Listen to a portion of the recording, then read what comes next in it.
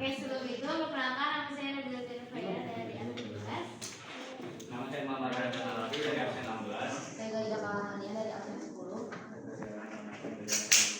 Saya Kisah Nurina dari absen 12. Saya Rabu Muhammad Reza dari absen 25. Saya Tina Zul Kelaya dari absen 13. Nah, di dalam artikel tersebut, apa sih yang sedang terjadi? Jadi, di dalam artikel tersebut menjelaskan bahwa terjadi peristiwa ledakan yang disebabkan oleh bom rakitan yang dibuat oleh salah satu siswa di SMAN 72 Jakarta. Ledakan tersebut mengakibatkan puluhan siswa terluka, diantaranya adalah 96 orang terluka dan 3 orang luka berat, dan menimbulkan kepanikan serta trauma di lingkungan sekolah. Di mana sih kejadiannya itu?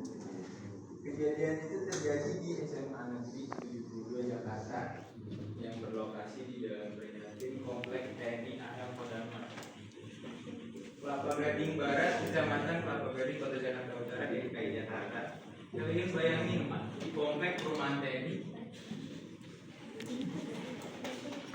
di komplek perumahan TNI AL aja bisa ada kejadian pengeboman. Gimana?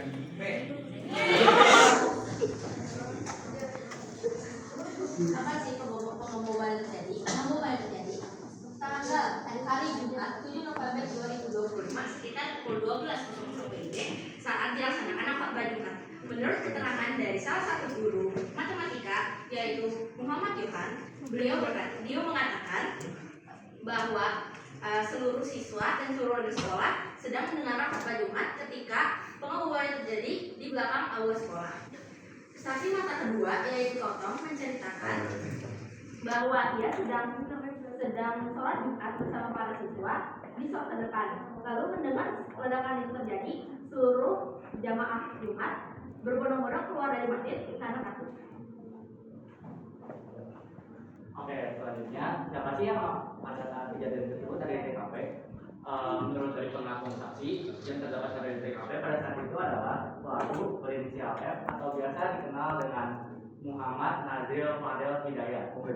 Setelah itu juga ada siswa-siswa SMPN 72, SMAN 72 yang menjadi korban, guru-guru serta staf-staf sekolah.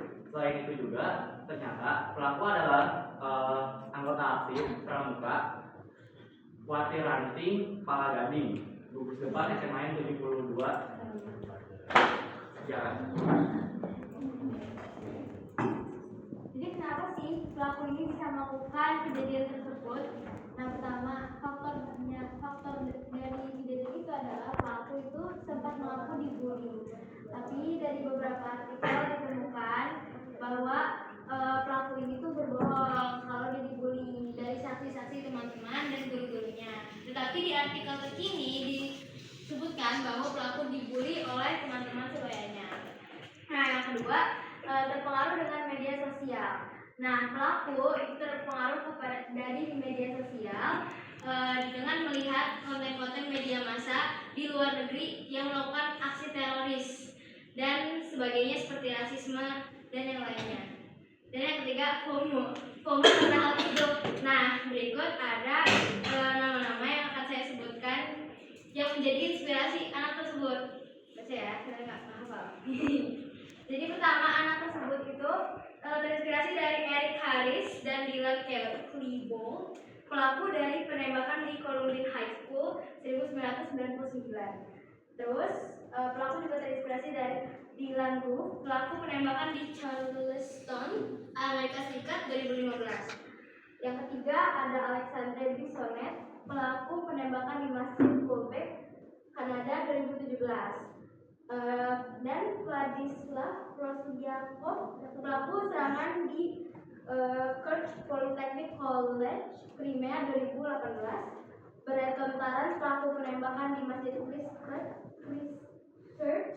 Selandia Baru 2019. Dan Natalie Lynn Samantha Bruno, pelaku penembakan sekolah di Wisconsin.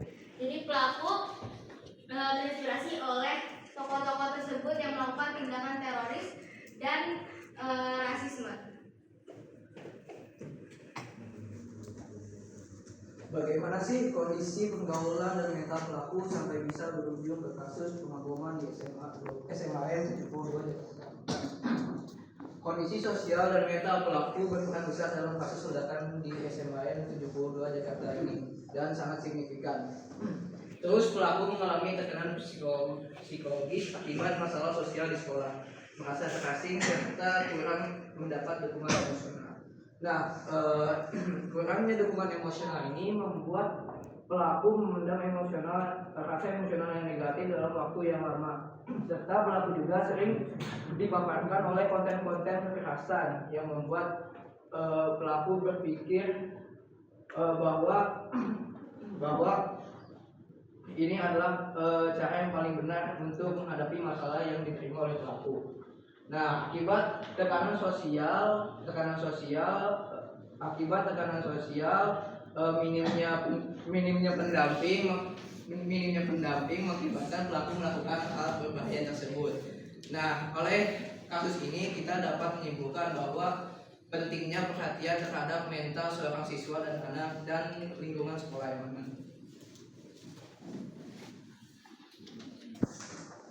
Nah, jadi solusinya itu harus ada kerjasama antara guru, orang tua, polisi, dan sekolah untuk bisa membimbing mental si anak agar si anak ini paham kalau aksinya itu bisa merusak masa depan dirinya sendiri.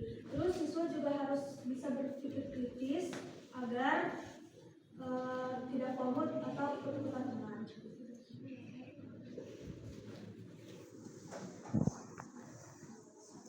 Ya, terima kasih dari kelompok kami. Kurang lebihnya mohon maaf. Assalamualaikum warahmatullahi wabarakatuh.